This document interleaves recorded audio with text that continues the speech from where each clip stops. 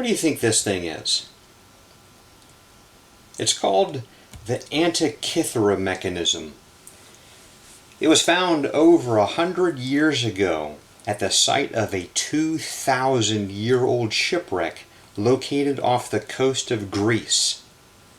For many years, nobody knew what it was used for. They couldn't take it apart without destroying it. Because they couldn't see inside it, its purpose remained a mystery. Many decades after it was found, scientists were finally able to look inside the device using X-rays and could for the very first time study and begin to understand the inner workings of the device. It's considered to be the first known analog computer and was used as an astronomical calculator. The point is that nobody knew how the thing worked until they started to understand its anatomy. In other words, we can learn a lot about something by looking at its structure, its anatomy, how it's made. What we're going to do now is take a look at the anatomy of a fraction, and that'll give us a basis for understanding how fractions work. We typically see fractions written like this, a number over a number, and that's easy enough. Now what do these numbers mean? The number on the top is called a numerator. Basically, it's a counter. The number tells us how many things we have, and those things are represented by what's on the bottom of the fraction. For example, this means 4 cups of coffee, and that's a good thing. This means 2 motorcycles. That's a good thing too. This means 5 fire-breathing dragons, and that's probably not a very good thing. So knowing that the top number is just a counter, that means that we can add and subtract things together if they're the same type of thing. For example, 4 cups of coffee plus 1 cup of coffee is 5 cups of coffee. 2 motorcycles plus 7 motorcycles is 9 motorcycles. 5 fire-breathing dragons minus 2 fire-breathing dragons equals 3 fire-breathing dragons. But if they're not the same type of thing, we can't add or subtract them. So 4 cups of coffee plus 1 fire-breathing dragon doesn't make an awful lot of sense. Now the numerator is separated from the denominator by the separator bar. That's all it does. Now the bottom of the part of the fraction is called the denominator. And basically the denominator is a label that names something.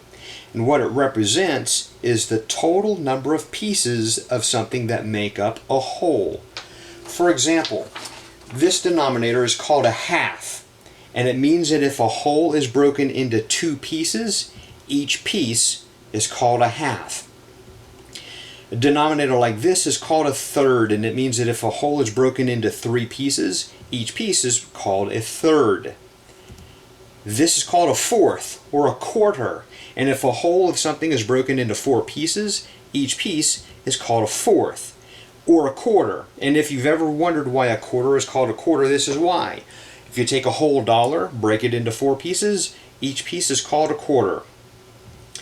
This is called a tenth, and it means that if a whole is broken up into 10 pieces, each piece is called a tenth.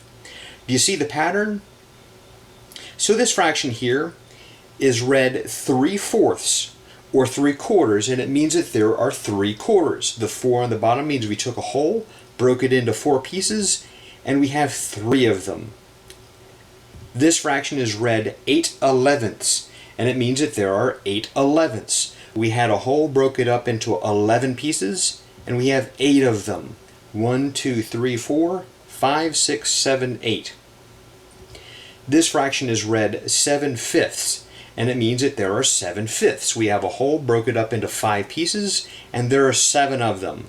1, 2, 3, 4, 5, 6, 7. 7/5. So if we have 2 fractions that are dealing with the same type of thing, we can easily add and subtract them. Just like 4 cups of coffee plus 1 cup of coffee is 5 cups of coffee, 4/6 plus 1/6 equals 5/6. 3/4 plus 3/4 is 6/4. Just like 3 of anything plus 3 of anything is 6 of anything, 3/4 plus 3/4 is 6/4. 8/10 minus 2/10 is 6/10. Because our two fractions are dealing with the same kind of thing, denominators are the same, we can subtract them. Just like 8 cups of coffee minus 2 cups of coffee is 6 cups of coffee, 8/10 minus 2/10 is 6/10. Now what if the denominators are different? And we're going to talk about how to do that in a later lesson. But in the meantime, here are a few things that you want to keep in mind when dealing with fractions. First of all, if you ever see a fraction with the same number in the numerator and the denominator, that fraction is always equal to 1. For example, 2 over 2 equals 1, which makes sense if you see this is saying that 2 halves equals 1 whole. You have 2 halves, makes 1 whole. 5/5 equals 1. 1,000,000/1 yep, equal to 1. Now if you ever see a fraction whose denominator is 1, the fraction then is equal to the numerator. In other words, 5 over 1 is 5. If you ever see a fraction whose numerator is 0 with any denominator, this means that the whole fraction is equal to 0, which makes sense.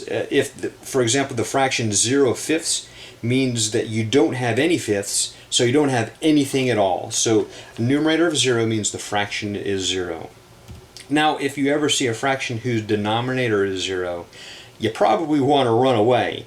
Technically speaking, mathematicians say that anything over 0 is undefined, but it could very well be a fire-breathing dragon, and you have been warned. So that's a brief overview of the anatomy of a fraction. The top number is the numerator, and it simply represents how many of the things on the bottom we're talking about. And the number on the bottom is the denominator, and it tells us how many pieces make up a whole. I'm Brian Smith. Thanks for watching.